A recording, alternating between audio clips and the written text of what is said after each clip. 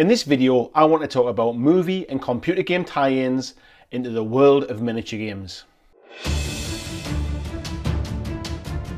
Hi folks, welcome back to the channel. So at the weekend, I read online that Fantasy Flight Games are about to make a board game based upon the Fallout computer game series. Now I know there's already been a Fallout, I think it's called Fallout Wastelands, a miniature game that's been announced by Mephidius Games. So there seems to be a little bit of kind of traction around that whole Fallout IP at the moment. Now this got me thinking, is this a good thing for miniature games to be reliant upon kind of movie and computer game tie-ins, or is it actually the end of kind of a creativity, and will it stifle new games coming out? So let me put that in some kind of context. When I had to think about what games have been released recently or are about to be released that are based upon movies or based upon computer games, the list was quite long. So obviously we have X-Wing, Star Wars has been around for a while, and we also have the Star Trek version of Attack Wing. We've got The Walking Dead from Mantic Games. We've also got Mars Attacks from Mantic also, which was obviously based upon the comic books, but is also kind of a tie-in to a movie license as well. We've then got the Guild Ball creators Steamforged brought out Dark Souls not too long ago, and they've also just announced Resident Evil 2. Again, going to be another kind of board game, miniatures game tie-in. We've also seen Alien vs Predator. We've seen Terminator Genesis. We've seen Halo. We've seen Labyrinth. There's the Gears of War board game. There's a Doom board game. And these are just a few off the top of my head. Now this got me thinking, there's a reason why we didn't have these movie and game tie-ins a while ago, and that was probably due to the amount it costs to license those movie tie-ins or to license those IPs.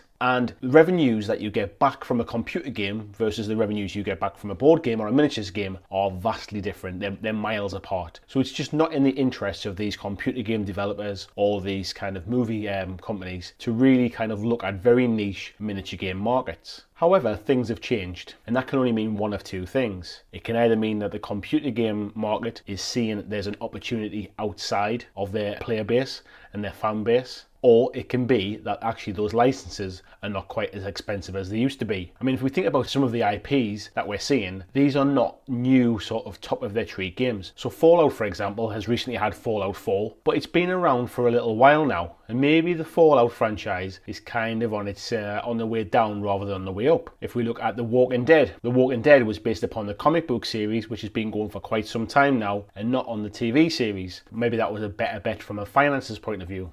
Star Wars, I think, is the exception. However, Fantasy Flight are a big company, but they probably knew this was going to sell well, so it's probably worth paying a little bit more for that license. Dark Souls, again, rounding into Dark Souls 3, and again, it's not exactly at the peak of its kind of popularity from a computer game market. However, it does have its fan base. Now, does this mean that we're going to suddenly attract a lot of sort of digital gamers into our analog world?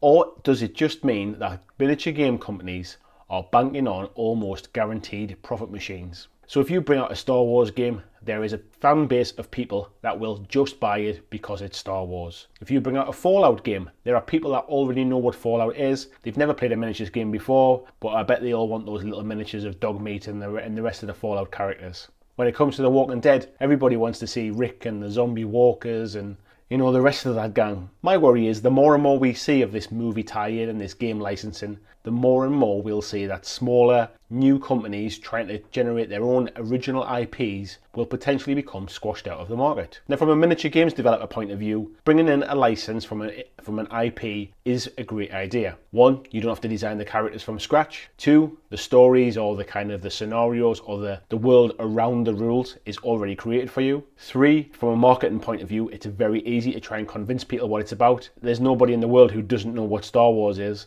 You put an X-Wing and a TIE fighter in a box, you know what that game is going to be about. So it makes a lot of sense from a games company point of view to go down that route. From a miniature game purchaser point of view, like myself and like you, it makes a lot of sense to go for that movie tie-in. If you know that you're a big fan of that franchise, you're probably more likely to buy into it. I bought into the Walking Dead Kickstarter from Mantic because I loved The Walking Dead. The game itself, I didn't really know what it was when I went into the Kickstarter. I didn't know what the rules were. I really wasn't invested, but the idea of having a Walking Dead miniatures game really floated my boat. I'm in exactly the same position with Resident Evil 2. I love the Resident Evil games. I grew up playing them right the way from my PlayStation 1, right the way through to the current Resident Evil now. And I'm already excited about it without seeing a miniature, without seeing a rule, and without seeing any information about it. It's a Resident Evil game, and I want in on it. It does make me think, however, in this current climate with more and more of these intellectual property licenses coming out as miniatures games, Will new games with new ideas be able to survive in an already oversaturated market? Games Workshop has a big chunk of it. They have their own IP, but even they are going back to old games to generate more profits.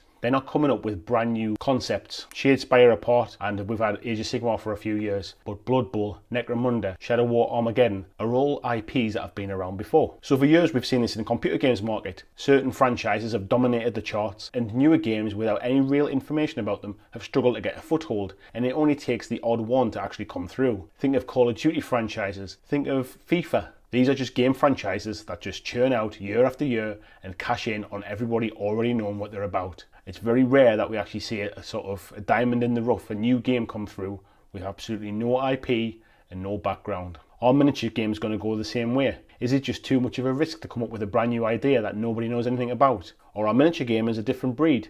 Do we like to back the underdog? Do we like to see new games? Do we like to see new sort of fantasy settings that we've never seen before? What do you think, folks? Do you think this is the age of new games coming through, and we'll actually see with Kickstarter there's the opportunity to get some fresh ideas out there and the market will decide? Or do you think we're on the cusp of just film tie-ins and computer game based games just because they're an easy market? There's people out there who already associate with them and they'll just buy in without any regard to the rules. That's all for today, folks. Leave a comment down below and let me know what you think. If you've liked this video, give it a thumbs up, and if you're not already a subscriber, click the subscribe button to see more from me. Thanks for watching, and I'll see you in the next video.